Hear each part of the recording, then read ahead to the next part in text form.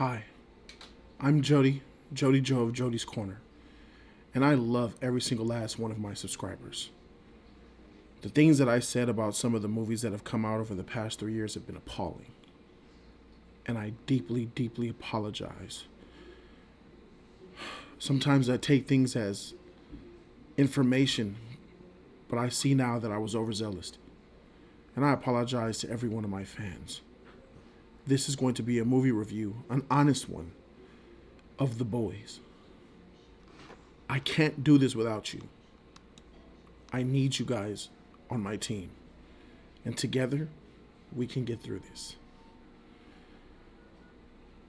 How was that? Was that good?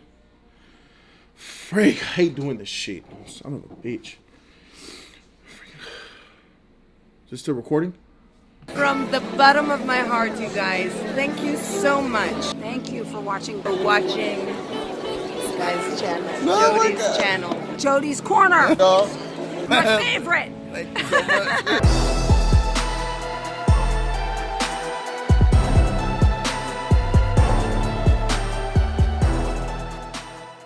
YouTube was good. It's your boy Jody Joe. Welcome to Jodys Corner. I am Jody Joe. Thank you so very much for being here. This is a spoiler-free TV season review of The Boys, baby. Woo! Yeah, so a lot of you guys have been waiting. Jody, man, I want to know your opinion. So many people have hit me up on Twitter. So many people have hit me up on the Instagram. So many people have told me, Jody, you sleeping on this. You need to check this out, bro. Watch this. And, you know, to be honest, The Boys is something that I wasn't checking for because Marvel Netflix kind of turned me off a little bit. You know, you hear about all these superheroes, Gothams and your Arrows and your just TV superhero shows are just bad. So naturally, I kind of like put The Boys to the side. Until so many of you guys hit me up and was like, Jody, you need to watch this, bro. Check it out. And finally, I checked it out. In fact, I just seen episode 8, approximately 20 minutes ago. And spoiler free, right? Yeah. So yeah, I really am impressed with this TV show. It's almost disrespectful to call it a TV show because this right here, straight lava, you feel me? These characters right here, let's go down the list. So we got Homelander. He is your Superman type of character, right? Next to him in the blue suit is the trashiest actor in Hollywood that I hate so much. He goes by the name of A-Train. He's like your Flash, your Speedster. These are like the Justice League, in case you haven't known.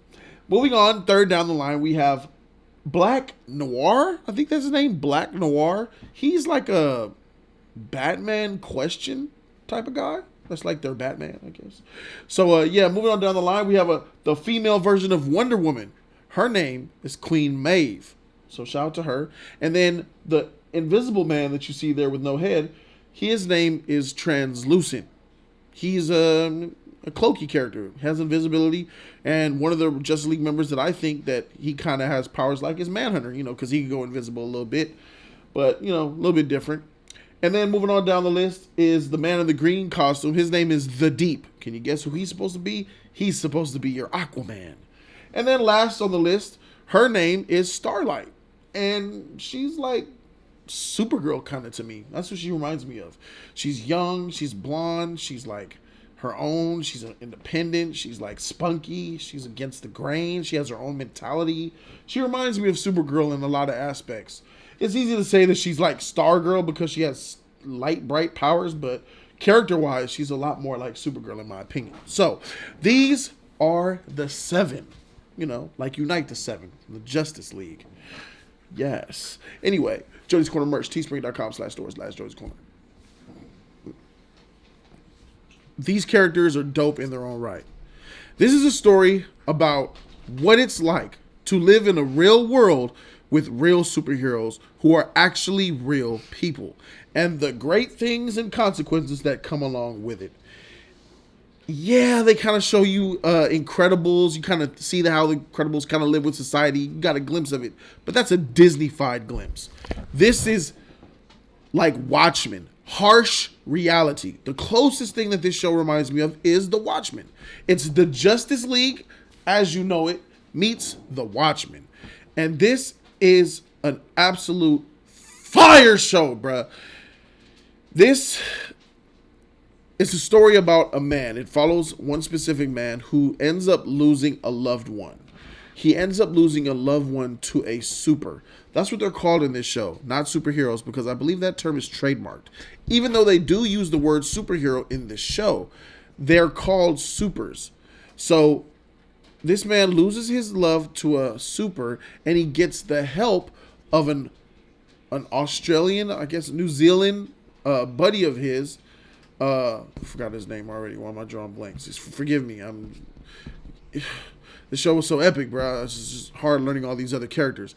But anyway, they basically go find vengeance. They want to exact vengeance on the Supes for taking the loved ones from their lives. These people that are going against Supes and against the company called Vought Industries are people who have been hurt by Supes. And they want to expose the Supes for who they are, because they're not necessarily what the public eye believes they are. Who they are in the public eye are goody two-shoes, like Homelander, who's Superman, smiles in front of the camera, but he's kind of dark, and they want to expose these characters for who they are and show them to the world that they're nothing but menaces and frauds. And that's what the show is about. And some of the things that you see in this show are astoundingly glorious, bruh. Do you remember what it was like having conversations with your friends? If I had heat vision, I'd be blasting through all them people. I'll cut people in half. Shit.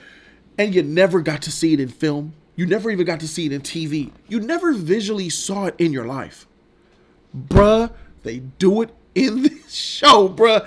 They do everything that you would think that someone would do if they had superpowers in the most brutalist way possible. You know how sick our minds are, how we think about weird shit. Oh, this TV show explores that in great detail, bruh. Some of the way and deaths, some of the gore in this show is so satisfying. This show gives you why you love superheroes, right? And it just turns it on itself, and it shows you the other side of that. When I first found out that a hero that I liked was a freaking douchebag, I gotta admit, I was in love. And then you kind of understand that, dang, he's a douchebag. So is he. And she.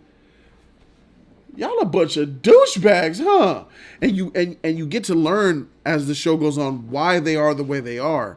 Some of them are byproducts of other members of the Seven. Some of them are byproducts of villainy. Some of them are byproducts of their creations from how their parents raised them. They all have the reasons why they're screwed up in the head. They all have the reasons why they want to be heroes. And it's exploring that in every episode. That's dope. You start off with these derpy looking heroes. Like look at this fake Justice League here. But then they start to grow on you the more they peel a layer of the onion back. They peeling it more, and you get exposed to it more, and it becomes like, wow, okay, yeah, I'm feeling this. And on top of that, the fact that this is a good story and they have great tying in characters and stuff like that is the fact that they actually have powers and they don't mind displaying that for you, especially when it comes to Homelander. If I had to pick my favorite character out of this bunch, that's kind of weird. It's tough. It's not the Deep, because the Deep is whack. He's a loser. It's not Black Noir, because you don't get enough of him, in my opinion, in this season. It sure isn't A-Train, because he's trash to me. It's really between Homelander, Queen Maeve, and Starlight. I really don't love any of these characters. But I will say, the one who has the most screen presence, the one who has the most captivating performances, the one every time you see him, you're just so, you don't know what he's going to do. You feel like he's just off the rail at every moment, is the Homelander. That dude, every time he shows up and speaks, I'm like, is he going to kill somebody? Bruh. Homelander, definitely. The ideal pinnacle who I'm rooting for, I'm kind of rooting for Queen Maeve. because she's in a position that she necessarily doesn't want to be in. I'm not going to give any of that away, but I'm really looking at what Queen Maeve is going to do. Now, strength-wise, let's talk about how strong they are. Starlight is kind of underpowered. The Deep could potentially be strong. Translucent, not so much. Queen Maeve is severely underpowered compared to Wonder Woman. She's kind of weak. Black Noir, he's really dope. A-Train, he's very powerful as well, but he's whack because it's A-Train. It's just Jesse T. What's his name? Jordan Usher, Washington. What's his name? I forgot. And then you have Homelander, who's a watered down Superman. He's not on the level of Superman at all. He's really watered down. So I guess you could say the most powerful of the 7 is probably A-Train, I would say. I know you're like, Jody, how could you say that? It's, maybe spoiler talk. We'll talk about that. But anyway, I'm impressed with this freaking show. This show is exactly what the world needed. And what I mean by the world, I mean the world. Whoever views this show, pussies to the side. It's too much gore and graphics. No! And children to the side. This is for the ones who made the superhero genre pop. We are the one generations that made it happen. When Spider-Man came out in 2002. When Spider-Man came out in 2002, I was there. When Blade came out in 1998, I was there. When Spawn came out in 97, I was there, lad. And then X-Men in 2000. I'm talking about that generation that was born in the 80s and the early 90s. We are the ones who witnessed this superhero genre pop off, bruh. And it's for us, this show, because we're adults now. And we also love the old type of superhero. The ones that still get laid, have sex. Like Hugh Jackman, still getting laid, sleeping with Jean, hollering at Storm transforming in the tent, turning into whatever he wanted her to be. Nowadays, the heroes don't have sex. I mean, look at the MCU. We know that Captain Marvel and Black Widow have had sex before, but they will never show it or talk about it. We know that Bruce Banner and Black Widow have had sex before, but they never show it or talk about it. I mean, they just Vision and they don't show nothing. No sexual content in any of the MCU. Have you guys noticed that? I have. Okay. But it's for us. I was satisfied to the T watching some of these heroes do what they do. And it's just not the powers that gets me, though. It's the overall story of how heroes come to be, where they come from, where do villains come from, what it takes to make superheroes look good in the spotlight, and everything that happens behind the scenes of the 7. What makes them popular, what makes them tick, what puts them where they are, what gives them their image. It's that whole entire narrative that I'm first getting exposed to, and it's scary crazy, man. And I honestly think that this is probably the most realistic tale of what it's like to be a superhero. Except for the Watchmen. The Watchmen, they're not superheroes. They're just mercenaries working for the government. The 7 is a little bit different. It's basically the Justice League being the Justice League. It's crazy, man. And I love this show 100%. This show has great action. It has great comedy. It's funny. It's unpredictable. It's graphic. It's sexy. Lots of sex scenes in here. Lots of butt shots, side boob, stuff like that you like. It has great character development. It has good villainry. It has riveting moments. It has its best quality is its unpredictability. You never know what you're going to get in every episode. I was really counting down. I was really hoping there was more and more episodes. 8 episodes? That's all this season is. 8 episodes. Went by like that. I was waiting. I wanted more. Episode 8, the finale. Wow. They really opened it up for you. This is a show that you can watch in one day and you will be blown away by it in one day, and you would just love and you can't wait for the season 2. By the way, good news, season 2 has already been greenlit. It's coming. So overall, when I think about this show, I think about what it's like to have adult content and superheroism come together and do something spectacular. Because this right here, The Boys, is better than 80% of the superhero films we've had in the last 20 years. A motherfucking TV show, bruh. The Boys is better than 80% of the DCFU, 90% of Fox's X universe, and 80% of the Marvel Cinematic Universe. And this is 100% better than anything Sony ever brought out. Not including Spider-Man 1 and 2. All the other ones after that, yeah, this is better. When you got a TV show that's showing up your films, and you got me checking for this show more than these films, oh yes, that's a problem for you, Hollywood. But for this is what you call a disruptor, a market disruptor. It's coming in, disrupting the market. And what happens when the market gets disrupted, there has to be reaction. It's always a reactionary thing.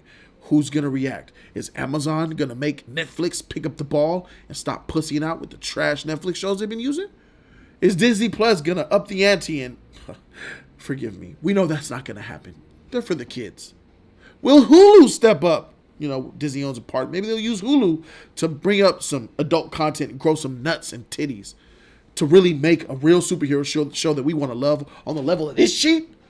Well, I sure freaking hope so. Because if they don't, they're going to get left the freak behind. And while we watching The Boys season 3, 4, 5, and 6, and whatever other product Amazon Prime comes up with, they'll be far behind talking about WandaVisions and New Mutants or what's the other stupid shit what's the freaking mutant shit they got? Mutant X, or what's that crap called Fox had on FX? Mutant Gene? What was the name of it? It was a stupid name. 2 Fox X-Men shows. It was whack. Gotham. Whatever. The point I'm trying to make is there is nothing on the level of The Boys. In film or TV. That's sad. But I'm rooting for this 100%, man. There's only a select amount of films that I want to check that I've seen that are better than what we got here. And that's because they're films with bigger budgets. But this budget is better than anything on TV, period. This superhero show is the best superhero show ever to hit television, bruh. And that's a fact, Jack. Nostalgia aside. And for that reason, I'm going to go ahead and I'm going to have to give The Boys the grade that it deserves. An A+! An A+! The ace of spades. The ace of spades. What the freak else could I give this show? If there was a higher grade than A+, it'd have that. A++. This is fire, man. I really hope you guys enjoyed the Boys. I know I'm a little bit late, so some of you already saw it. Congratulations. Thank you, everybody, for recommending me seeing this. This is exactly what we need. I will be there day 0, midnight, when season 2 drops. And I'll have, if it's 8, hopefully they'll push it to 10 episodes for season 2. And I'll have the review for you within 48 hours. That's what I'm talking about. Thank you guys so very much for watching. I am Jody Joe, and I'm out this thing. Deuces.